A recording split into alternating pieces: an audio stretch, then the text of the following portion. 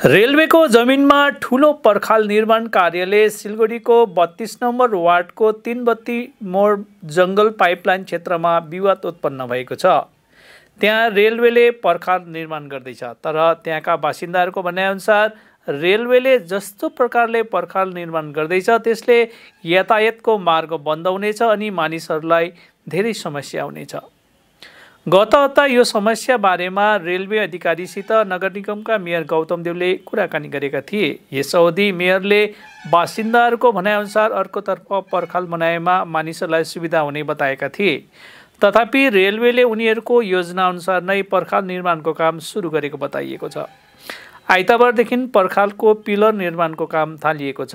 सोमबार बिहान काउन्सिलर तापस च्याटर्जी घटनास्थलमा पुगे अनि स्थानीय मानिसहरूसित मिलेर रेलवेको निर्माण कार्यको विरोधमा उत्रिए। यसपछि काम रोकिदिएर श्रमिकहरूलाई त्यहाँबाट फर्काइदिए। यदि रेलवेले आफ्नो निर्णय परिवर्तन गर्दैन भने आफूहरू ठूलो आन्दोलनमा उत्रिने काउन्सिलरले चेतावनी दिएका छन्। বিষয় হচ্ছে রেল একটা সীমানা প্রাচীর দিচ্ছে, সে রেলের জায়গায় রেল প্রাচীর দিবে, সেটা আমাদের কোনো আপত্তি নেই। কিন্তু আমরা আমাদের এই এলাকা থেকে টক টু মেয়রে গৌতম দেবকে ফোন করা হয়েছিল এবং সেই গৌতম দেব ফোন পেয়ে তিনি 3 বার মিটিং করেছে, রেলের সাথে করেছে, অয়েল ইন্ডিয়ার সাথে করেছে এবং রেল কর্তৃপক্ষ তারা কথা দিয়ে গেছে যে তারা এই সীমানা প্রাচীরটা ওই পাটটায় দেবে।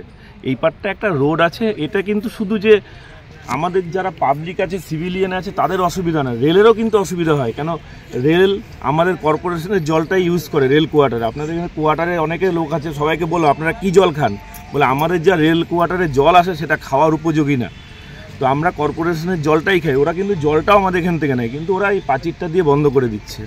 এতে এই প্রাচীরটা দেওয়া মানে হচ্ছে আমাদের এই 3 বাত্তি কলোনি অবধি ওরা টানবে প্রাচীরটা। তাতে আমাদের প্রচুর, এখানে প্রায় 60-70 বছর আগে আমার জন্মের আগের থেকে এখানকার মানুষরা বসবাস করে। তাদের কি হবে? তাদের তো কোনো পুনর্বাসনের ব্যবস্থা করবে না। তো আমরা বলেছি, কিন্তু মেয়রকে রেল কর্তৃপক্ষ কথা দিয়ে গেছে যে আমরা রেলকে একটা লেটার করব, এটা রেল বলে গেছে, তারপরে এই কাজটা শুরু করব। কিন্তু আমরা হঠাৎ জানতে পারলাম যে কালকের থেকে ওরা কাজ অলরেডি শুরু করে দিয়েছে এবং ওরা যেভাবে করছিল ওইভাবে কাজ শুরু করে দিয়েছে। তাই আমাদের এলাকার মানুষ নিয়ে আমাদেরকে আন্দোলনই আমাদের রাস্তা, তাই আন্দোলনে নেমেছি আমরা। আজকে প্রথমে যখন ওরা কাজ শুরু করতে, আমাদের তো যারা কাজ করছিল সেই শ্রমিকদের সাথে তো কোনো আমাদের বিক্ষোভ নেই, তাদেরকে বললাম ভাই তোমরা এই কাজটা বন্ধ করো, তোমাদেরকে যারা পাঠিয়েছে তাদেরকে পাঠাও।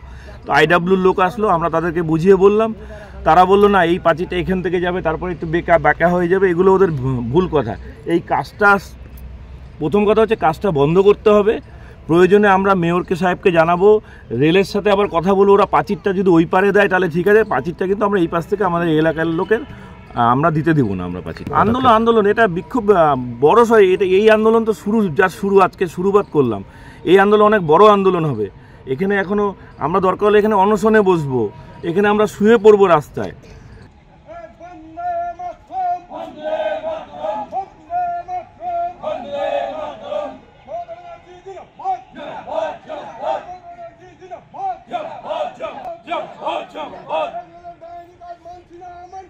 Manchina,